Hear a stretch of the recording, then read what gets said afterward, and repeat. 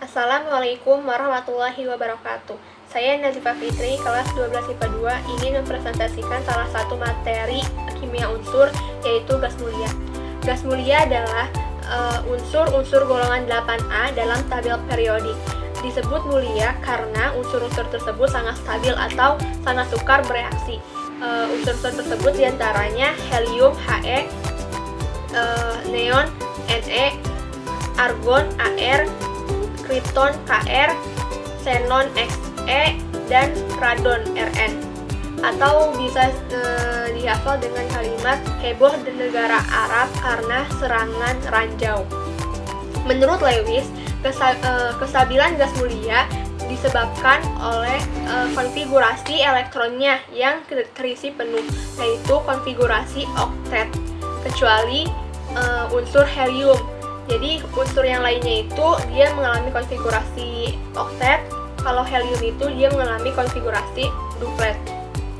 Kaidah oktet adalah suatu kaidah sederhana dalam kimia yang menyatakan bahwa atom-atom cenderung bergabung bersama sedemikiannya tiap-tiap atom memiliki 8 elektron dalam kelompok valensinya, membuat konfigurasi elektron atom tersebut sama dengan konfigurasi elektron pada gas mulia. Kestabilan gas mulia dicerminkan oleh energi ionisasinya yang sangat besar dan afinitas elektronnya yang sangat rendah atau bertanda positif. Semua unsur gas mulia merupakan unsur yang tidak reaktif atau inert. Lalu kita membahas asal-usul nama unsur gas mulia. Asal-usul nama unsur gas mulia itu berawalnya dari bahasa Yunani. Pertama, helium, itu helios dari kata helios, artinya matahari. Lalu neon dari kata neos, artinya baru.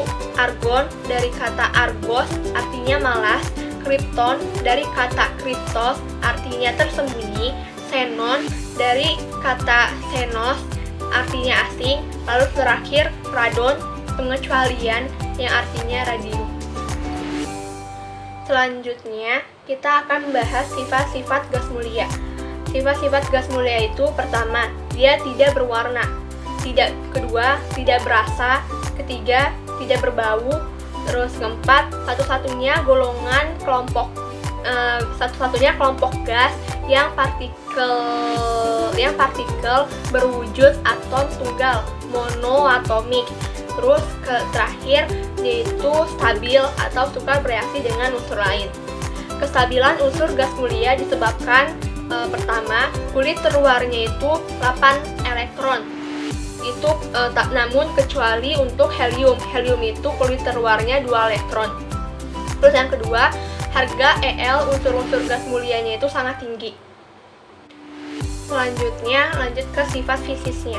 Sifat fisis adalah sifat yang dapat diukur dan diteliti tanpa mengubah komposisi atau susunan dari zat tersebut. Contoh, kita dapat mengukur titik leleh dari es dengan memanaskan sebuah balok es dan mencatat pada suhu berapa es tersebut berubah menjadi air. Air dengan es hanya berbeda dalam hal penampilan saja, bukan dalam komposisi. Jadi ini termasuk ke dalam perubahan fisis.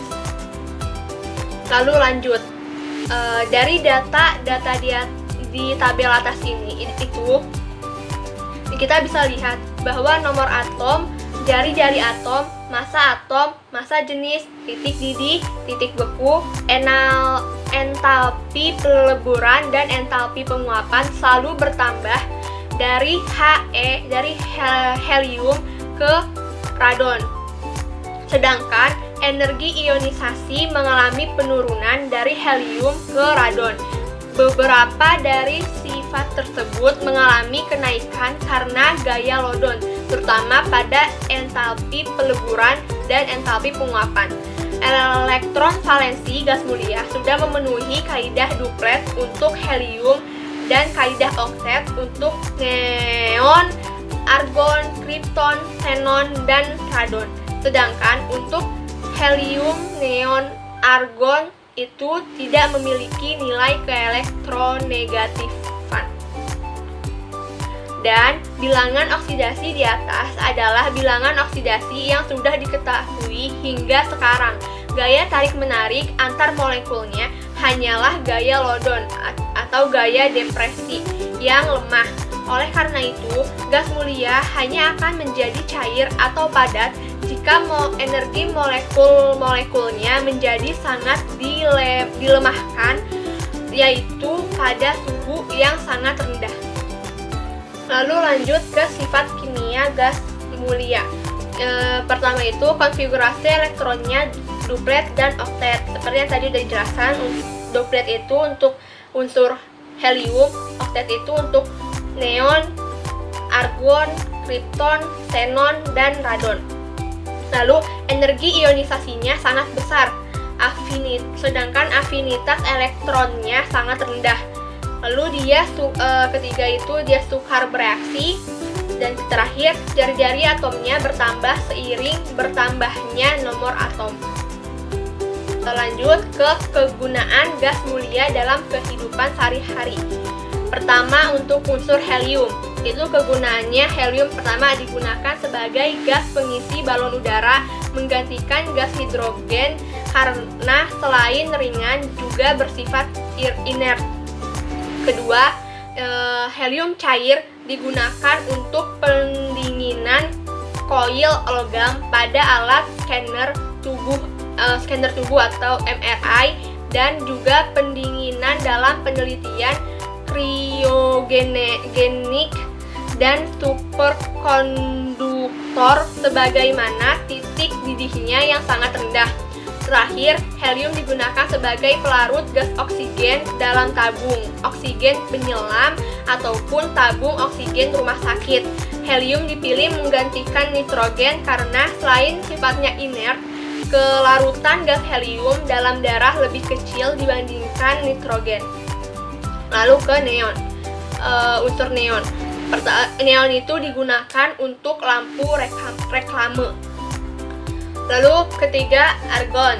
Unsur argon itu digunakan sebagai gas pengisi dalam beberapa jenis bola lampu karena sifatnya yang tidak reaktif sehingga filamen wolfram tidak mudah putus. Terus kedua, argon digunakan sebagai atmosfer inert pada pengelasan, sintesis kristal tunggal, silikon, atau germanium dalam industri semikonduktor, dan eksperimen dalam golf box di laboratorium. Lalu ke unsur krypton. Unsur krypton ini menghasilkan cahaya putih dengan intensitas tinggi jika diberi muatan listrik sehingga banyak digunakan pada lampu landasan pesawat dan lampu-lampu fotografi berkecepatan tinggi. Lanjut ke unsur xenon.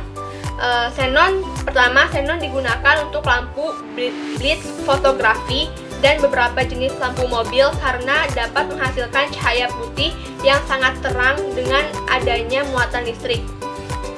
Kedua, xenon dapat digunakan sebagai obat bius, anestetik, namun penggunaannya sangat terbatas sehubungan dengan harganya yang sangat mahal. Terakhir, radon.